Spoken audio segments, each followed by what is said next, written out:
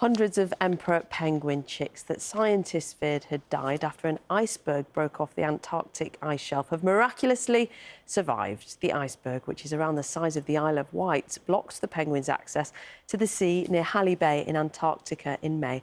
Our reporter Georgina Ranard has the story.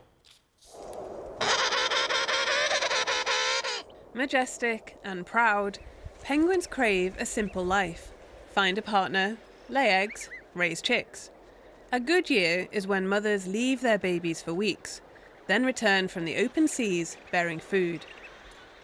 But in May, this happened at the Halley Bay colony. A huge iceberg tore away from a nearby ice shelf, and like a closed door, seemed to block mothers' paths back to their chicks.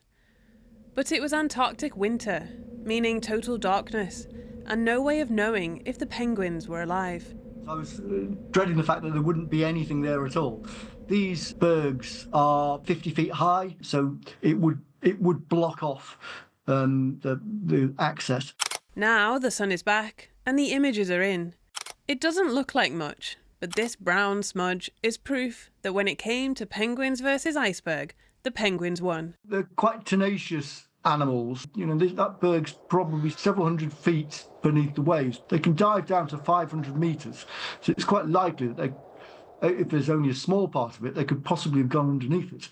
So, you know, they're a remarkable animal.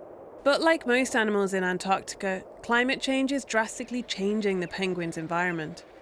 Emperor penguin chicks can't swim, so they grow up on the sea ice. But it's at record lows, reduced by our warming planet. For these amazing creatures, there are bigger challenges ahead than a wayward iceberg. Georgina Ranard, BBC News.